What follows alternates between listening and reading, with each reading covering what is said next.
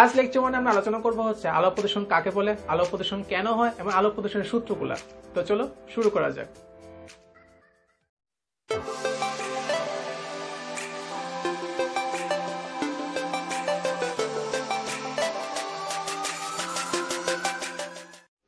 আলোর প্রদূষণ বা light refraction. আলো প্রদূষণ কাকে বলে? দুটি মাধ্যম বিভেদ তলে আলো যদি তীর্যকভাবে আপতিত হয় তাহলে দ্বিতীয় মাধ্যমে প্রবেশের সময় রশ্মির দিক পরিবর্তন হওয়ার ঘটনাকে আলোর প্রদূষণ বলে। এই জিনিসটাকে আমরা যদি ইমেজ দ্বারা ক্লিয়ার হয়, আমরা এখানে দেখতে পাচ্ছি একটা বায়ু মাধ্যম থেকে আলো আমাদের পানির মাধ্যমে প্রবেশ করতেছে। তো সংঘর্ষে বলছে আমাকে অবশ্যই দুটো মাধ্যম থাকা লাগবে। তো দেখা যাচ্ছে এখানে বায়ু এবং পানি মাধ্যম আছে এবং এই দুটির মধ্যে বিভেদ তলে যখন আলো তীর্যকভাবে আপতিত হয়, বিভেদ তল জিনিসটা অবশ্যই মনে আছে তোমাদের, এই যে বাউন্ডারিটা যেটা আমাদের বায়ু এবং পানি মাধ্যমকে আলাদা করছে।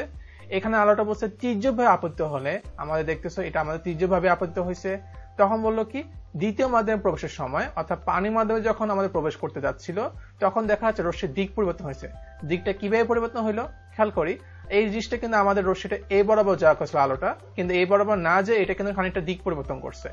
এমন ঘটনা হলে আমরা সেটাকে আলোর প্রদূষণ বলি। এই সংজ্ঞার মধ্যে আমরা দেখতেছো যে তীর্যকভাবে শব্দটাকে আমরা কালার করে রাখছি বা ইটালিক ফর্মে লিখছি, কারণ এই শব্দটা কিন্তু খুবই সেন্সিটিভ।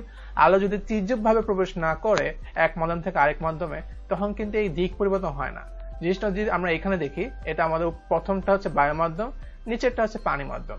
যখন বায়ু মাধ্যমে আমাদের পানি মাধ্যমে আমাদের আলো প্রবেশ করতে যাচ্ছিল তখন কিন্তু আমাদের এটা তীর্যকভাবে প্রবেশ করে না, এটা আমাদের 0 ডিগ্রি অ্যাঙ্গেল বা নব্যভাবে প্রবেশ করতে যাচ্ছে। তখন আমরা দেখতেছি এটা কিন্তু আমাদের কোনো দিক পরিবর্তন হয় না। তার মানে আমাদের যদি দিক পরিবর্তন হতে হয় আলোকে অবশ্যই দুটি মাধ্যম বিভেদ তলে তীর্যকভাবে আপতিত হবে, তবে কিন্তু আমরা দেখি দ্বিতীয় মাধ্যমে প্রবেশের সময় এটা রশ্মির দিক পরিবর্তন হয়। আর দিক পরিবর্তন হলেই সেটাকে আমরা তখন বলি হচ্ছে আলোর প্রতিসরণ। এখন তোমার মাথায় অবশ্যই একটা প্রশ্ন আসার কথা, স্যার আলো তীর্যকভাবে আপতিত হলেই কেন দিক পরিবর্তন হয়, লম্বভাবে বা 0 ডিগ্রি অ্যাঙ্গেলে প্রবেশ করলে দিক পরিবর্তন হয় না কেন? এই জিনিসটাও তোমাদের এখন ক্লিয়ার করে দিচ্ছি। আলোক রশ্মি 0 ডিগ্রি ও 90 ডিগ্রি ব্যতীত অন্য যে কোনো কোণে মানে তীর্যকভাবে মাধ্যম দিয়ে বিভেদ তলে পড়লেই আলোর প্রদূষণ হয়ে থাকে। মূলত মাধ্যমগুলোর ঘনত্বের পার্থক্যের জন্য আলোর প্রদূষণ হয়ে থাকে, কেননা ঘনত্ব পার্থক্যের কারণে মাধ্যম দিয়ে আলোর বেগের চেঞ্জ হয় বা তফাৎ হয়ে যায়। যেমনটা শূন্যস্থান বা বায়ুমাধ্যমে আলোর বেগের মান হচ্ছে 2.99 × 10⁻8 মিটার/সেকেন্ড, এটাকে আমরা অনেক সময় 3 × 10⁻8 মিটার/সেকেন্ড লিখি। আর সেখানে পানির মাধ্যমে আলোর বেগের মান হচ্ছে 2.25 × 10⁻8 মিটার/সেকেন্ড। খেয়াল করো শূন্যস্থানের থেকে কিন্তু পানির মাধ্যমে আলোর বেগের মানটা কম, অর্থাৎ আলো বেগের বৈশিষ্ট্য হচ্ছে এটা, মাধ্যম যত ঘন হবে আলো বেগের মান তত কমতে থাকে। শূন্যস্থানে বা বায়ু মাধ্যমে আলোর বেগের মান সবচেয়ে বেশি, এর থেকে আর বেশি হতে পারে না। আর কারণ এটাই হচ্ছে মাধ্যমদের মধ্যে সবচেয়ে হালকা মাধ্যম। আর আমাদের মাধ্যম যত ঘন হতে থাকবে, আমরা পানি থেকে মনে কর কাছে যাব, কাছ থেকে বা হিরাতে যাচ্ছি, যত ঘন মাধ্যম হবে আলোর বেগের মান দেখবো তত কমতে থাকে। এখন আলোর বেগের মানের সাথে এই দিক পরিবর্তনের ঘটনাটা কিভাবে রিলেটেড, আমরা এখানে একটা ইমেজ দেখতে পাচ্ছি। এই ইমেজে দেখতে পাচ্ছ যে এটা আমরা যখন লম্বভাবে বা 0 ডিগ্রি অ্যাঙ্গেলে প্রবেশ করছে আলোটা তখন কিন্তু কোনো দিক পরিবর্তন হয় নাই, কিন্তু যখন তীর্যকভাবে প্রবেশ করতেছে তখন দেখতেছি দিক পরিবর্তন হচ্ছে। এর রহস্যটা কি? আমরা যদি এটা অ্যানিমেশন দিয়ে ক্লিয়ার হই, আমরা দেখতেছি এখানে নিচের মাধ্যমটা বায়ু মাধ্যম আর এটা হচ্ছে পানি মাধ্যম। বায়ু মাধ্যম আমরা অলরেডি দেখছি এটা আমাদের হালকা মাধ্যম, তাই এখানে আলো বেগের মান বেশি। পানি মাধ্যমে আলো বেগের মানটা কম। তখন আমাদের দেখা যাচ্ছে যেখানে আলো বেগের মান বেশি সেখান থেকে যদি কোনো ঘন মাধ্যমে মানে যেখানে আলো বেগের মান কম আলো প্রবেশ করতে যায়, তীর্যকভাবে ক্ষেত্রে দেখা যাক আমাদের দেখো আলোটা কিন্তু বাম সাইডে আগে আগে বেগের মান কমে যাচ্ছে। আমরা বুঝতে পারতেছি যে আমাদের হালকা মাধ্যম থেকে ঘন মাধ্যমে গেলে আলো বেগের মানটা কমে যায়, কিন্তু কমার ক্ষেত্রে যদি তীর্যকভাবে প্রবেশ করতে যায় তখন দেখা যায় সব দিক একই সাথে কমে না। আমাদের বাম সাইডে দেখো আগে আগে কিন্তু পানিতে প্রবেশ করছে, কিন্তু ডান সাইডটা পরে প্রবেশ করতেছে। এখন বাম সাইড যেহেতু আগে আগে বেগ কমে গেছে আর ডান সাইডের বেগটা পরে কমতেছে, এই জিনিসটাকে ব্যালেন্স করতে যায় কিন্তু তার এই দিক পরিবর্তন হয়ে যাচ্ছে।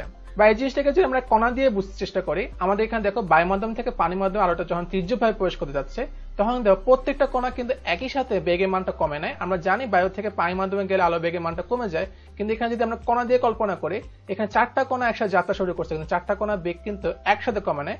এই কণাটা আগে পানির মধ্যে প্রবেশ করছে, এরপর তারপরে কণাটা, এরপর তারপরে কণাটা। যেহেতু 4টা কণার টাইমিংটা এক না, একসাথে আলো বেগের মানটা কমে নেয়, এই জন্য কিন্তু এটা ব্যালেন্স করতে যায় এই দিক পরিবর্তনটা হয়ে যায়। বা এই জিনিসটাকে যদি এভাবে ক্লিয়ার করো, আমাদের জানি গাড়ির ক্ষেত্রে 4টা চাকা থাকে, গাড়ির 4টা চাকা যদি তোমার মনে করো শুধুমাত্র একটা চাকা পাংচার হয়ে যায়, তাহলে গাড়িটা যেদিকে যাচ্ছে সেদিকে কি যাবে? অবশ্যই তার মুখটা ঘুরে যাবে।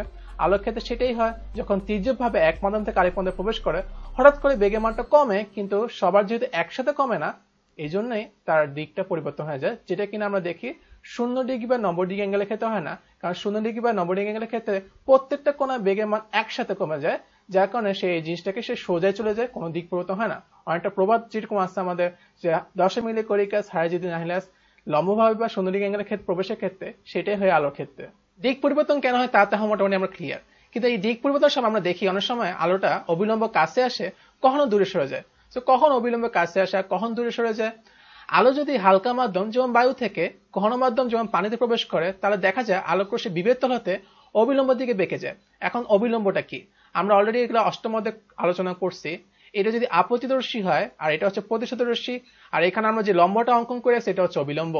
তো দেখো আমাদের আলোটা বায়ু মাধ্যম থেকে পানিতে প্রবেশ করতে যাচ্ছিল, তখন এটা আমাদের যাওয়ার কথা এই বরাবর, কিন্তু এই বরাবর না গিয়ে এটা কিন্তু অবিলম্ব থেকে একটু কাছে সরে আসছে, মানে অবিলম্ব দিকে বেঁকে গেছে।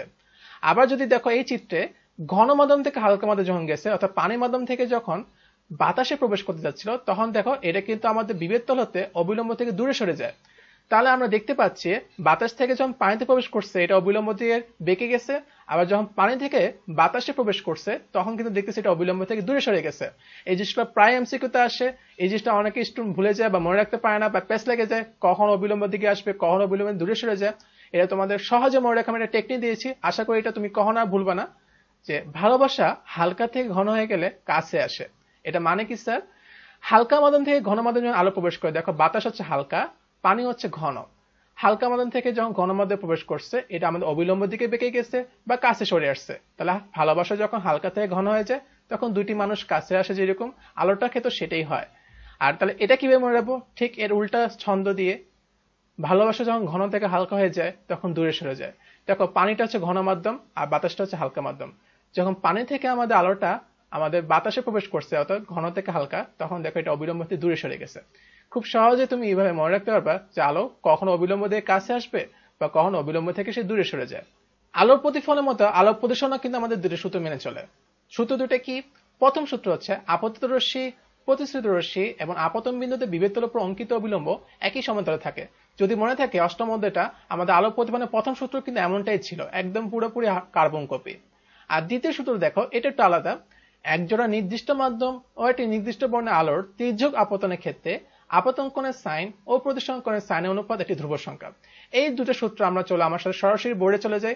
বোর্ড থেকে আমি তোমাদের এটা ক্লিয়ার করে দিচ্ছি প্রথম সূত্রটা কি আর দ্বিতীয় সূত্রটা কি।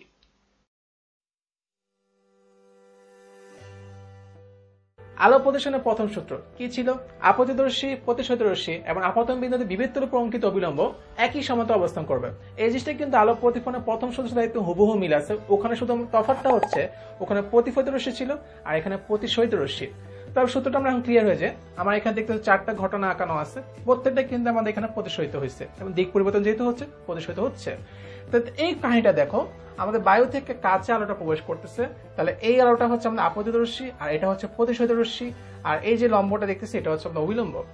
এখানে খেয়াল করতেছি আমাদের আপতিত রশ্মি যেই তলে আছে প্রতিসরিত রশ্মি কিন্তু সেই একই তলেই আছে এবং অবিলম্বটাও কিন্তু একই তলে আছে। তলটা আমরা এই বোর্ডটাকে কল্পনা করি, এই বোর্ডটা যদি আমাদের সেই তলটা হয়, আমাদের আপতিত রশ্মি বোর্ডের উপরই আছে, প্রতিসরিত রশ্মি সে সেম বোর্ডেই আছে এবং অবিলম্বটাও বোর্ডের উপরে এখনো আছে। এমন না যে রশ্মিটা এইভাবে আসলো আর প্রতিসরিত রশ্মি এইভাবে চলে গেল, তল চেঞ্জ করে নেয়। তো প্রথম সূত্র এটাই যে আমাদের আপতিত রশ্মি, প্রতিসরিত রশ্মি এবং অবিলম্ব একই সমতলেই অবস্থান করবে। এবার চলে যাক সেকেন্ড সূত্র। আলো প্রতিফলনের কিন্তু সেকেন্ড সূত্র খুব সোজা ছিল এবং ছোট ছিল, আপতন কোণ প্রতিফলন কোণ সমান হয়ে থাকে। কিন্তু এখানে আসার পর দেখতেছি একটা বান্দাও কিন্তু আপতন কোণ প্রতিসরণ কোণ মানে নাই। প্রথম কাহিনী দেখতেছি 20 ডিগ্রি, 13.18 ডিগ্রি প্রতিসরণ কোণ, 25 ডিগ্রি, 16.36 ডিগ্রি, কোনোটার সাথে কোনোটা মিল নাই। দূর থেকে দেখলে মনে হয় এরা কেউ কারো চিনেই না, কোনো সম্পর্ক নেই এদের মধ্যে। আপসে তলে তলে কিন্তু একটা টেম্পো চালায়। আর এই জিনিসটা আবিষ্কার করছে হচ্ছে আমাদের জার্মান বিজ্ঞানী স্নেল বলে 1621 সালে আবিষ্কার করছে বা এটা প্রকাশ করছে উনি, এই জন্য এটাকে স্নেলের সূত্র বলে আলোক প্রদর্শন দ্বিতীয় সূত্রকে। কিন্তু পরবর্তীতে জানা যায় এই সূত্রটা নাকি আসলে আরাবিয়ান একজন বিজ্ঞানী ইবনে শাহ সে 984 সালেই জানতো। কোথায় 984 সাল আর কোথায় হচ্ছে জার্মান বিজ্ঞানী স্নেল 1621 সাল। ইউরোপিয়ান বিজ্ঞান তো ক্রেডিটটা চুরি করে নিয়ে নিচ্ছে আর কি। যাই হোক, ওনারা কি বলে গেছেন? ওনারা বলছে হ্যাঁ আপতন কোণ প্রতিসরণ কোণ সমান না, কিন্তু এদের মধ্যে আসলে অন্য একটা সম্পর্ক লুকাই আছে। সম্পর্কটা কি? কন্ডিশন দিয়ে দিচ্ছে সূত্রের মধ্যে, তোমরা দেখছো এক জোড়া নির্দিষ্ট মাধ্যম। এই কথাটা মানে দেখো, আমরা দেখো এই চারটা ঘটনায় কিন্তু কাহিনীটা আমরা বায়ু আর কাচের মধ্যে করছি, বায়ু কাচ বায়ু কাচ বায়ু কাচ, মাধ্যম দুটা পাল্টাই নেই, এর মধ্যে কোনো কেউ ইন্টারফেয়ার করে নেই, তাহলে বায়ু কাচের মধ্যে রাখছি। শর্ত যেটা ছিল যে একজোড়া নির্দিষ্ট মাধ্যম সেটাই হয়েছে, এবং নির্দিষ্ট বর্ণের আলোর তির্যক আপতনের ক্ষেত্রে বর্ণ কেন বলছে, আমরা জানি দৃশ্যমান আলো, আলো প্রতিফলন অধ্যায়ে পড়ছি 7টা বর্ণ থাকে দৃশ্যমান আলোর মধ্যে, বেনিয়াস কলা, এবং তাদের তরঙ্গ দৈর্ঘ্য কিন্তু আলাদা আলাদা হয়। এই কাহিনীগুলো যদি তুমি লাল বর্ণের জন্য করতে একরকম কাহিনী হতে পারে, বেগুনি বর্ণের জন্য করলে একরকম কাহিনী হতে পারে, কারণ বর্ণ চেঞ্জ করলে তরঙ্গ দৈর্ঘ্য চেঞ্জ হয়ে যায় আর তখন কাহিনীটাও পাল্টাতে পারে। তো আমরা মাধ্যম ফিক্স রাখার পাশাপাশি যে আলো নিয়ে কাজ করতেছি সেই আলোটা আমরা ঠিক রাখবো বর্ণটা। তো এই দুটো শর্ত মানলাম, মাধ্যম ফিক্স, আলোর বর্ণ ফিক্স। তখন বললো কি তির্যক আপতনের ক্ষেত্রে আপতন কোণের সাইন প্রতিসরণ কোণের সাইনের অনুপাত সবসময় ধ্রুবক হবে। এই কথাটা মানে কি স্যার? আচ্ছা ভালো কথা, আমি দেখতেছি এখানে আপতন কোণ 20 আর এখানে প্রতিসরণ কোণের মানটা 13.18, এটা তো সমান না, কিন্তু বলছে কি এদের সাইনের অনুপাত সবসময় একটা ধ্রুবক হবে। দেখি তো হয় কিনা। আমরা যদি ক্যালকুলেটর নিয়ে দেখি, আপতন কোণের সাথে সাইন গুণ দিলাম আর প্রতিসরণ কোণের সাথে আমরা সাইন নিয়ে একটা রেশিও বের করব, অর্থাৎ সাইন আই বাই সাইন আর। আমরা যে ক্যালকুলেটর এখন বসাই, সাইন 20 ডিগ্রি ভাগ হচ্ছে সাইন 13.18 ডিগ্রি, এই কত আসে? বিসমিল্লাহ, আমরা দেখতেছি সাইন 20 ভাগ সাইন 13.18 আসলো 1.5। আচ্ছা মজার তো, আমরা দেখতেছি প্রথম কাহিনীতে আমাদের যে ধ্রুবকটা বের হয়েছে সে মানটা আসছে 1.5। সেকেন্ড কাহিনীটা একটু দেখি তো চেক করে, সেখানে কি 1.5 আসে কিনা, কারণ কন্ডিশন অনুযায়ী আমি সবকিছু ঠিক রাখছি, মাধ্যম দুটো একই রাখছি, বর্ণ মনে করে আমি কল্পনা করছি ঠিকই রাখছি। এবার দেখতেছি সেকেন্ড কাহিনীতে আপতন কোণটা চেঞ্জ 25 ডিগ্রি, প্রতিসরণ কোণের মানটাও চেঞ্জ হয়েছে 16.36। এবার কত আসে? সেকেন্ডটা আমরা দেখতেছি সাইন 25 ভাগ সাইন 16.36, এবারও দেখতেছি 1.5। মাহ ভালোই তো, যেটা বলছিল কিন্তু সবসময় এই জিনিসটা ধ্রুবক আসবে, একটা অনুপাত মানটা সবসময় ফিক্স থাকবে। এবার থার্ড কাহিনীও দেখি, মিলাই দেখি, চারটায় চেক করবো আমরা, সাইন 28 আর সাইন 18.23, এটা আমরা দেখি কত আসে। সাইন 28 ভাগ সাইন 18.23, এটাও আসছে 1.5। তিনটা কাহিনী দেখতেছি 1.5 করে আসতেছে। চতুর্থ কাহিনীটা যদি দেখি, সাইন 36 ডিগ্রি সাইন 23.05, প্রত্যেকটা আপতন কোণের সাইন আর প্রতিসরণ কোণের সাইনের রেশিওটা আমরা বের করতেছি, 36 ভাগ সাইন 23.05, এটাও 1.5 আসছে। আর এটাই কিন্তু প্রতিসরণের দ্বিতীয় সূত্র। আমি তোমাদেরকে খুব সহজে এটা মাথায় ঢোকা যাচ্ছে, মুখস্থ করার কোনো দরকার নাই। সূত্রটা হচ্ছে এক জোড়া নির্দিষ্ট মাধ্যম, আমি দেখো মাধ্যম সব জায়গায় আমি ফিক্স রাখছি, বায়ু কাচই রাখছি, অন্য কাউকে নিয়ে আসি না। নির্দিষ্ট বর্ণের আলোর তির্যক আপতনের ক্ষেত্রে যে বর্ণের আলো নিয়ে আমরা এক্সপেরিমেন্ট করি সেই বর্ণটাও চেঞ্জ করা যাবে না। আপতন কোণের সাইন আর প্রতিসরণ কোণের সাইন অনুপাতটা সবসময় ধ্রুবক আসতেছে, এটাই হলো আলোক প্রতিসরণ দ্বিতীয় সূত্র। তাহলে দেখো ওরা কিন্তু সমান না হলো তলে কিন্তু একটা সম্পর্ক ঠিকই চালা যেতেছে। এটাই স্নেলের সূত্র বা হচ্ছে ইবনে শাহ সূত্র বা আলোক প্রতিসরণের দ্বিতীয় সূত্র।